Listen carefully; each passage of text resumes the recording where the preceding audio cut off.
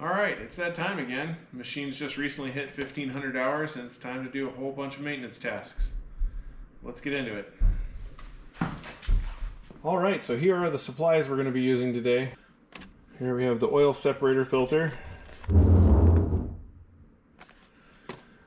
the fuel water separator filter.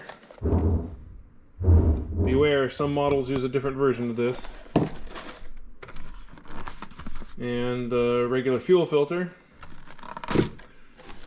and engine oil filter, and our Dello 600 15W40 engine oil, and the AMS oil severe gear 75W90 gear oil. This is for the final drives. Alright, so the total list of things that are required for the 1500 hour service are fuel filter, fuel water separator filter, the engine oil and engine oil filter, the oil separator filter and O-ring. That's a new one for the 1500 hour service. That's the first time you have to replace that. We need to change the final drive gear oil. And then it also calls for replacing the hydraulic return filter and the hydraulic breather filter. There are two other items on the 1500 hour list that I'm not going to do. One is checking the injector tips, and the other is checking the EGR cooler.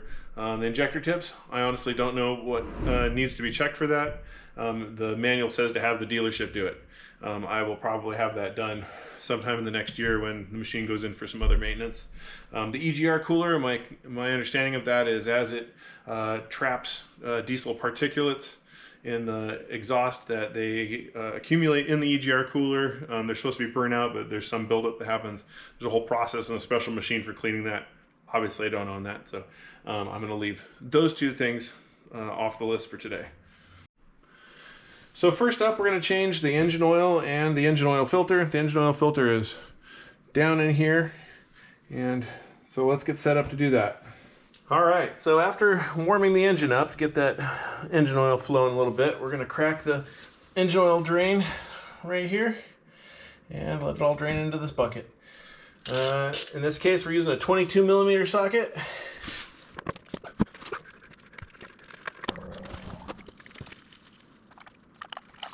Alright, gonna go ahead and replace the oil plug. So changing the engine oil filter, there's a little catch up at the top that catches and redirects anything that spills out of this little tube that you probably can't see right here. It's hanging out right here. So reposition my bucket right underneath that. Alright, to loosen up that filter, I'm going to use this oil filter wrench. Just need to crack it loose and then you can do it by hand after that. Alright, it's cracked loose, so a little tricky to get up and out of there, especially if you've added any tension to the alternator right here. Comes down a little bit lower. Gonna wipe off the mating surface just to try and keep things pretty clean. Gonna rub a little bit of fresh oil on the O-ring.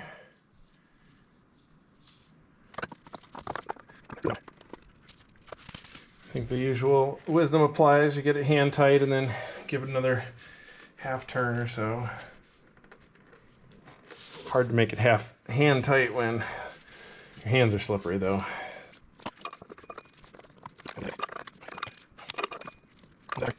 Not a lot of room to move around in there. Alright, gonna write the engine hours on and the date on the filter. Okay, so our engine oil fill port is right here. And I found the best way to start this off is to break the cap loose, just because it's an awkward place to get your hand into. So pull the engine oil cap, and then I like to use this long funnel. Gets right past all of that. Bungee cord it up so that it can't fall while you're doing this.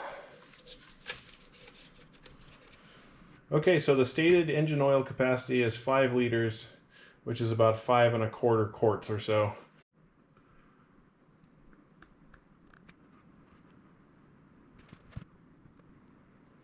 All right, should have made it all the way in there. Check our dipstick. Definitely inside the full mark. Put the fill cap back on. Start the engine up and check the oil again.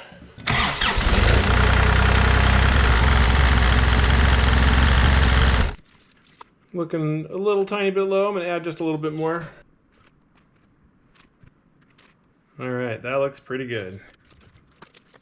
Fill port cap back on. All right, that completes the engine oil and filter change. Okay, next up is changing the fuel water separator filter, which is actually inside this housing.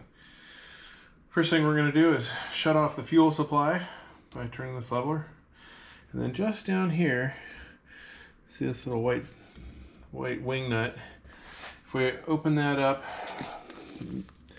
it will drain the water and fuel that are in this little bowl here.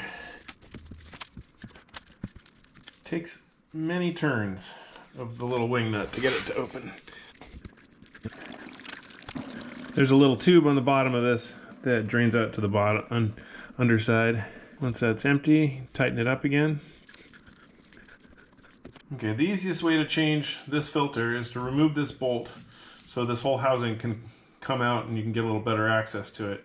But before you remove that, you need to loosen the bowl on the bottom. I like to use this oil filter wrench to do that. Get it loose so that once this is in your hand, you can use your hand to do the rest of the loosening. So one of the reasons I do it this way is there is a sensor wire on the bottom of this bowl, and it's kind of a pain to get off and get back on again. So this just seems to be an easier way to go about it.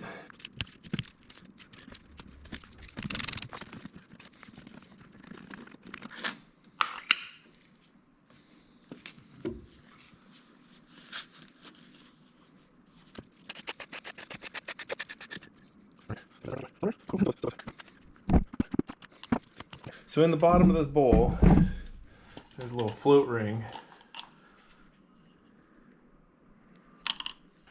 So there's the old filter. Here's the new filter. Definitely ready to be changed. It's supposed to be changed every 250 hours. I'm changing it a little soon here, but just not by much. Okay, so new filter goes up inside here. Whole filter assembly goes back on there.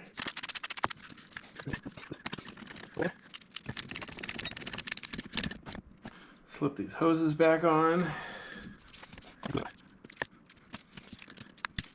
Okay, now that we've got the fuel water separator filter changed, we're going to change the main fuel filter too. After we do all this, we have to reprime the fuel system, so they need to be done together. Use this oil filter wrench to break this off of here. Get it broken loose. Get a little fresh fuel, rub it on the O-ring here. And there's no need to pre-fill. Okay, now I'm going to turn the fuel supply back on and then go turn the ignition key on to the on position and let the fuel pump fill the filters up with fuel. Okay, so the owner's manual says that you should just let it run for a minute and then try to start it. In my experience, it needs a little bit more than that. Let it go for at least a whole minute, and then down in here, right here, this innocuous looking little cylinder is actually the primer bulb. I found that pushing it a few times to purge some air usually helps a bit too. So let's see if it'll start now. All right, so that went swimmingly. Time to write the date and hours on the filter. All right, and that does it for the fuel filter change. Okay, next up is the oil separator filter. This filter is changed for the first time at 1500 hours, so I haven't done this one before. The manual was quite unclear about where this filter actually is. The KX040 owners group on Facebook helped me out today and told me it is behind this panel, which I've never removed. So let's take it off.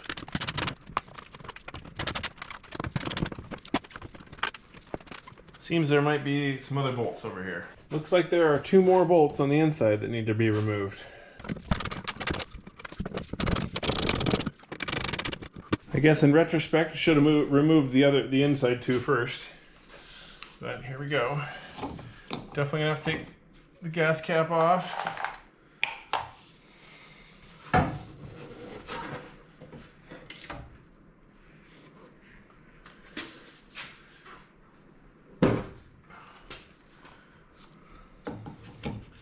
Put that back on just to keep anything from getting in there. Okay, so I can see it in there. So we need to turn this bottom piece to get the filter out. But there's a hose connected to it right here, so we've got to disconnect that hose first. And of course, the little clamp is on the back side there. Let's see if we can push it around this way. Wiggle that hose down. Anybody want to make a bet whether a bunch of oil is going to come pouring out or not? Oh, good. Not. That's a happy surprise. I'd be really surprised if I could actually get this off in this orientation. Let's see if there's enough room. Boy, that is a tight fit. There it is. I'm wiping the bottom of this bowl out. Part of replacing this bit, filter goes in here, but there's also an O-ring on the cap right there. Hopefully you can see it. The filter came with a new O-ring. We're gonna replace that. Here's the new filter, much cleaner.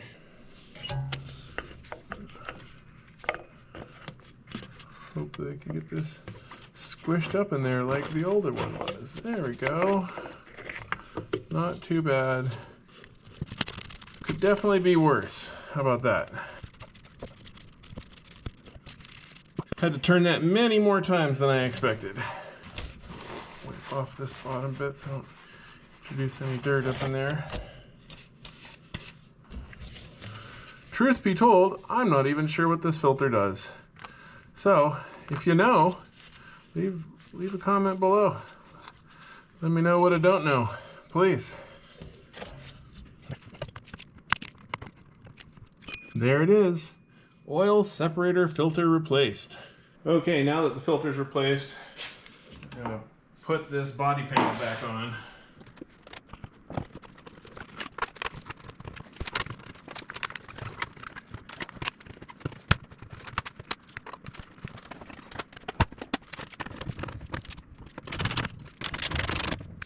All right, oil separator filter replaced. All right, so there's 2 hydraulic filters that are called for replacement during the 1500-hour service. The first one is the breather filter. It's right in here. We're going to check that in a second. The second one is the hydraulic return filter, and it's at the bottom. This piece here has a tube that goes down into the tank, and there's a filter at the end. I recently replaced both of these, so I'm not going to touch the hydraulic return filter. Also, if you want to see that filter change happen, refer to my 1000-hour service video. There's lots of video of that. So, but this is breather filter is pretty easy to check.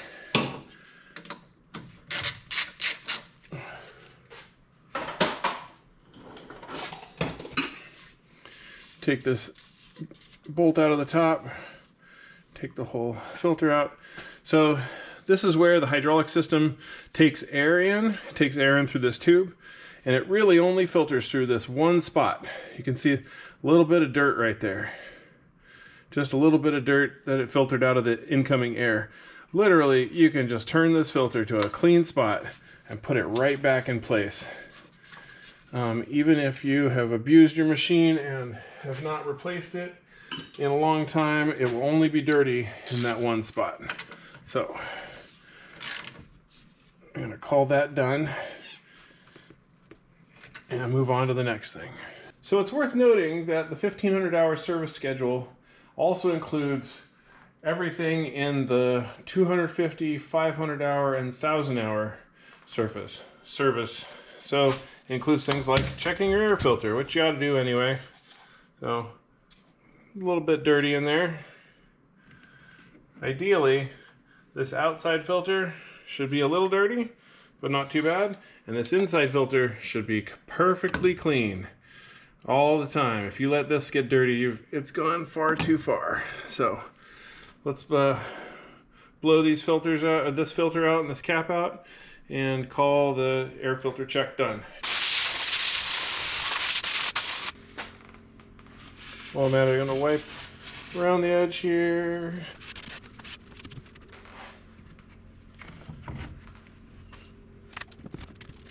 All right, air filter cleaned out. All right, so next up is changing the gear oil in the final drives. So the way this works is the bottom one is the drain plug, this middle one is the check plug, and this is the fill plug. So you have to get the drain plug all the way to the bottom so that the check plug is at the right height. So let's get it moved.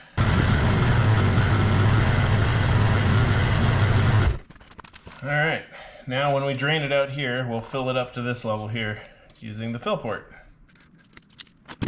That one broke loose. This one seems to be trying to strip out. Didn't really want to be doing it that way, but that's how it worked out. Okay, so these all require quite a bit of leverage. So I like to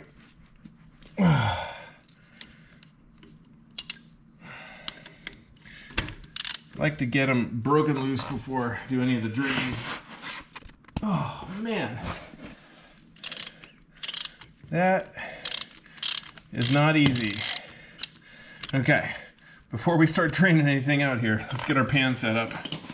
This stuff's generally pretty stinky, so I like to have a setup where it's catching all of it, and maybe put some rags underneath to make sure we're not dribbling any more of it. Ooh yeah, I can smell that good gear oil stink already. Nice lovely sulfur smell.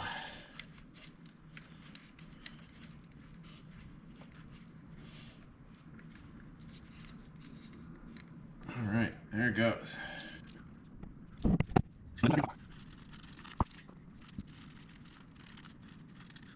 Each one of these has a little rubber O-ring right at the base. It's a good time to just inspect them, make sure there's no nicks or cuts in them.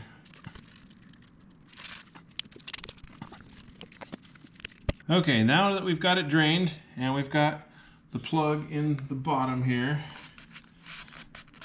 the drain plug put back in, we're going to fill from the fill port. And when it comes out this hole, we know we're full. Manual says that this should take about 1.5 quarts per final drive. And there it is. All right, now that it's full, let's put the other two plugs back in and move around the other side and do the other one.